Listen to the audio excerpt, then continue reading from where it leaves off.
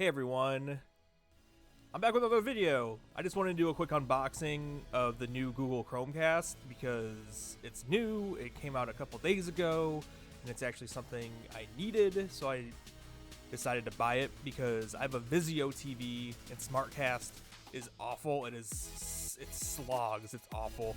Here it is right here. I couldn't find it in stores anywhere.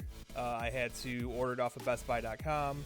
Retails for $49.99. I got it in the sunrise color because the only other color they had in stock was white, and I didn't want to be lame and get white. The other color that's available is like a sky blue. So yeah, let's unbox this thing, and then we can kind of take a look at the interface and how it runs and all that kind of stuff. The first thing you're gonna notice is that it actually comes with a remote.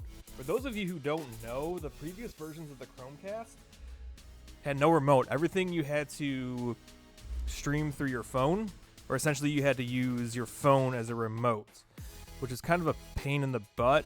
Now this go around, they made it so there's an interface. It's called Google TV. It'll be interesting to see how that pans out. But the cool thing is too is that on top of Google TV, you could still cast stuff from your phone as well. So you're not really losing any features, you're gaining features with this one. From what I understand, it does 4K Dolby Vision as well, so that's the main reason why I wanted to get this one, because it was $49.99. It's the only player within that price range that supports Dolby Vision, which was important to me. Alright, so first things first, packaging is pretty nice. Let's get to it. Let's open this up. Open this bad boy up. It's got like a little peg hanging thingy. Okay, so at the bottom here, looks like it just flips open, like so. Ooh, look at that. Basically, you got your dongle, and then your remote. That pops on out.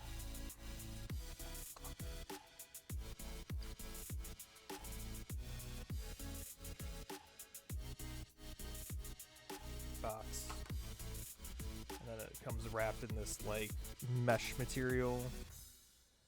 Ooh, that's kind of nice. Let the camera focus on that for you. It's kind of like it's kind of like an orange, and then obviously plugs in via HDMI. And then the remote. Apparently I don't know how to open boxes.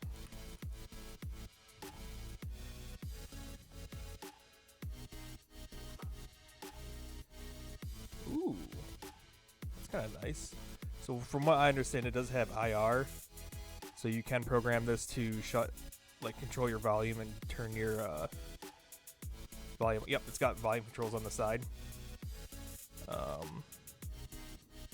It's got a YouTube, a Netflix button, home, mute, back, power. Oh, it's even got an input button. That's one thing. Oh, that's awesome. I didn't even know that. So that's one thing that the Roku stick does not have, is the input button. I really like that. You got your quick start guide.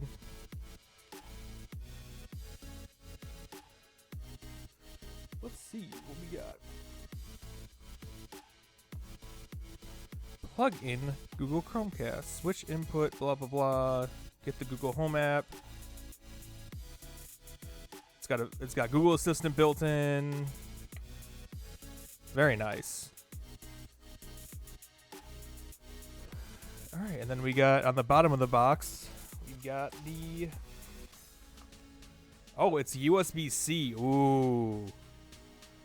All right, I see you. I see you, Google. So it's just your standard brick. So you got your standard brick. You got a USB-C cable for power. Oh wow! And then they give you batteries. So they give you, I don't know. It'd be kind of cool if it matches the Chromecast. It'd be kind of cool if they in the other colors, like they were white and the other ones were blue. So yeah, they have the batteries match. All right, and that's everything. That seems like that's everything in the box. Your remote, basically, like any other remote, literally just back pops right off. Pop the batteries right in. They both go the same way. Slide that back on. And oh yeah, you got get yourself a power button. There you go. That is everything that's in the box. The actual dongle itself is actually a little bit lighter of an orange than it looks like on my camera because my lighting is terrible. For some reason, the light is still on the remote. I don't know if that just stays on. I really hope that's not the case. Hopefully it's just like a setup thing. Yeah, so now let's take a look at what the interface looks like. Let's see how it runs and how it sets up. All right, so this is the welcome screen. Looks like we're choosing our language. Set up with the Google Home app. Okay, so when you open up the Google Home app, it literally just pops up, set up Chromecast. And then it's going to ask you to scan the QR code. So let's scan the QR code. Connecting to Chromecast. Follow the instructions on the Google Home app. Over Wi-Fi, connect to the Wi-Fi. Connected. Follow instructions in the Google Home app. Sign in with your Google account. So I cut out the signing in part because it has my email on it, and I don't want you guys to have my personal email. So there you go.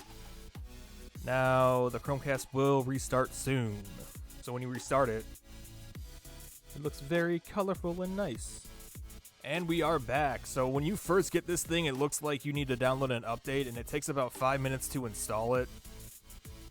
And now we're going through this reestablishing connection thing.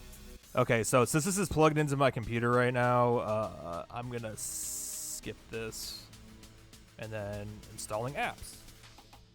All right, so after another 5 minutes of installing the apps, we are at this screen. So let's start exploring around, shall we? Okay, so loading error, unable to load home. So that's a great start. Retry. So it looks like... Oh, this is actually kind of nice interface. So it looks like the apps that get downloaded are based off of, maybe not, because I didn't pick Sling or HBO Max on my phone to set up. I like this. So rather than having to open up the YouTube app, it's literally what's on right now. And what just happened? I didn't hit anything. Hello? So basically, YouTube TV is integrated into this. All right. I see you. Movies, shows. Okay, so like you can just go through all the on-demand stuff that's on YouTube TV. That's pretty cool. Other than the weird bugs we just had, it runs pretty smooth. I wonder if my subscription's already linked up because I have it linked up on my phone. Okay, so I'm not signed in. Okay, so let's go to my little icon up here. Settings. Okay, so my Netflix is linked. My YouTube TV is linked. So I'm assuming I have to go through and sign into these all individually. So from what I understand right now, Stadia isn't available on this right now, but I'm assuming they're going to make Stadia available at some point because there's a game mode settings on here. Okay, so let's click on South Park. Like, I'm signed in. Okay, so will it automatically... So if I go back, will it automatically go to South Park? It does. Cool. All right. Awesome. So if you click on any of these live things, when you are signed in, it will automatically play it. It won't just send you to the app and have you, like, click on it. Like, literally, you can click on any of these, and it will resume without even being in the app. See, I don't get it, because, like...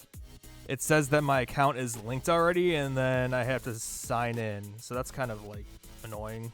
Hey, I got my password on the first try. Holy crap.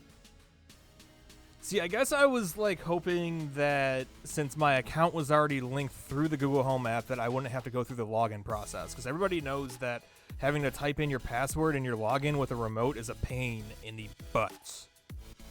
So here's what I want to try out. Play The Office. Play The Office on Netflix. Okay, so we'll automatically play, I guess. So where you left off. Awesome. Okay, so there's apps, so you can get a bunch of different apps, your apps, categories, search for apps. Oh yeah, I think the main drawback to having this is that Apple TV isn't on this, but for me, it doesn't matter because Apple TV is already built into my TV, and I have AirPlay. I think a lot of the newer TVs now are going to have AirPlay built in anyway, so that's not a huge deal. Holy crap, they have games on here?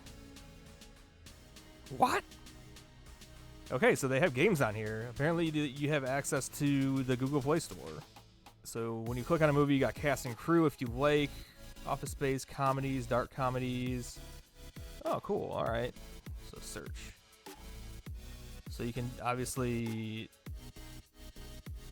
do a text search, or you can do a voice search, which from my experience, Roku voice search is like the worst thing ever, but with this, I mean, Google Assistant is Google Assistant. It's incredible. So it'll actually open and close and bring up stuff how it's supposed to.